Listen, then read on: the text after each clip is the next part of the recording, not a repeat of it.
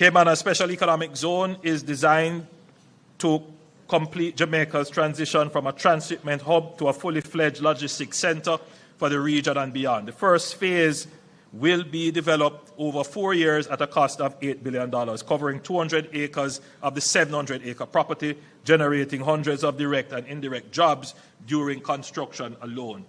Taken together, the Westland, Tinson Pen, and the Cayman Special Economic Zone project, which has started. These three investments will assemble the largest block of near-port logistic lands in the region, placing Jamaica firmly on the pathway for fulfilling our national ambition of becoming the fourth global node in logistics alongside Singapore, Dubai, and Rotterdam.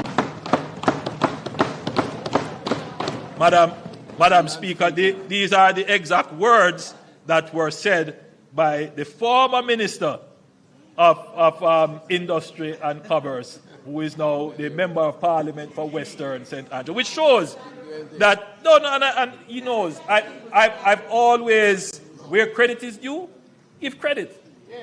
You don't have to originate all the ideas, right? The brain is not all in one head. And how I see myself, yes, I like to think myself as a great thinker and conceptualizer, but I prefer to be thought of as the great builder, the one who does it.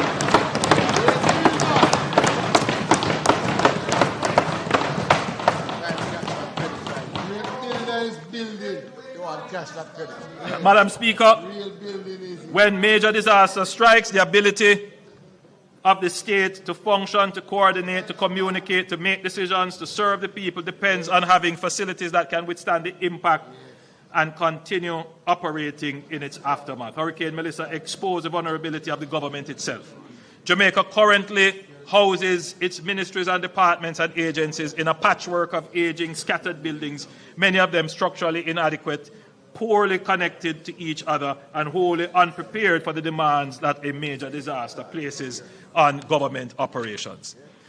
Madam Speaker, the government will advance the development of the government campus at National Hero Circle as a national priority. The vision brings together Jamaica's Houses of Parliament, key ministries and agencies into a single purpose-built campus. In the post-Melissa context, the government campus is more than a statement of national pride. It is a strategic investment in the continuity of government. Madam Speaker, this Parliament could never have withstood Hurricane Melissa, or even a slightly lower hurricane. And I think it is now a moot point, Mr. Speaker. I think every member of Parliament here serving in this building would have to agree. The building has served us well, put it that way. But it really cannot carry us much further.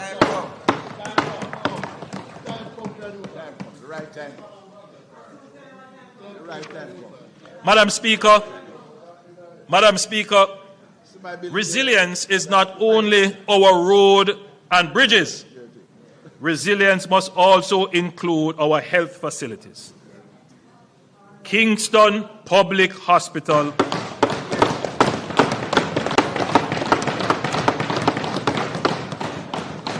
has a historic and venerated as it is, has stood for over 300 years. 300 years.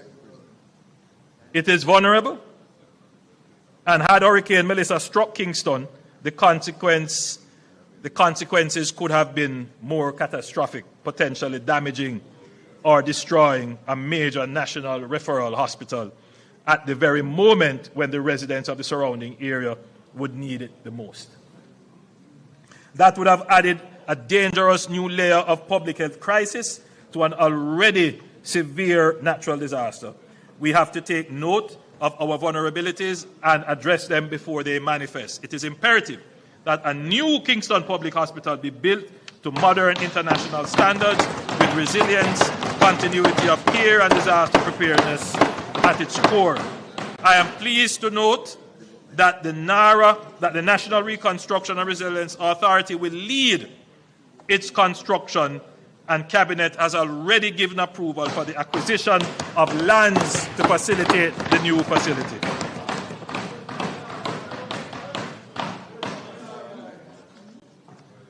Madam Speaker, both our major international airports sit adjacent to the sea, and we are vulnerable to storm surges and the long-term effects of sea level rise. When Melissa struck, the operational pressure on both facilities was immense. The question that we must answer honestly and urgently: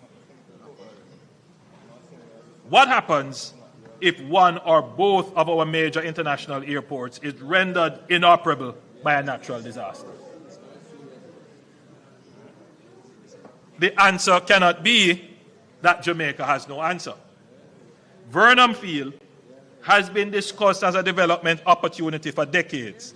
The vision of an aerotropolis, an airport city that would anchor Jamaica's ambition to become the world's fourth logistics hub has appeared in strategic documents. I've spoken about it numerous times. Cabinet decisions and development plans have been made since the 2000s. The long-term vision still remains our aspiration.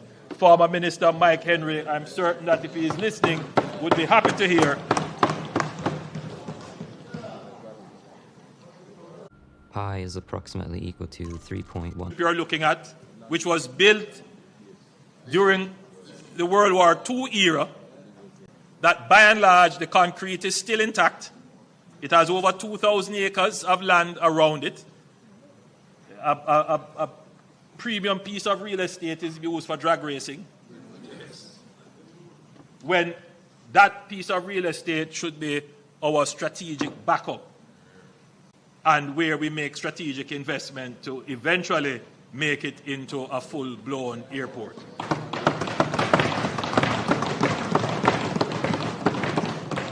And this is why we will advance the Vernon Field Light project, a focused phase rehabilitation of the existing airstrip to create an international airdrome capable of accommodating the largest commercial aircraft in operation.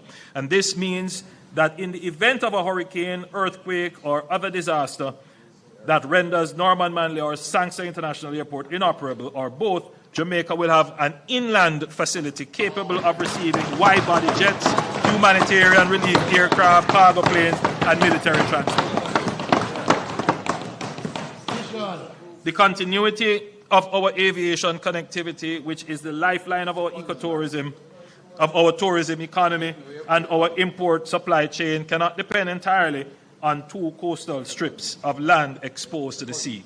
Beyond its resilience function, the Vernon Field Light project will deliver immediate operational value across a range of activities, for example, providing dedicated facilities for international private jets, purpose-built hangar facilities, aviation training and certification, as well as serving as the Maritime Air and Cyber Command base for the JDF.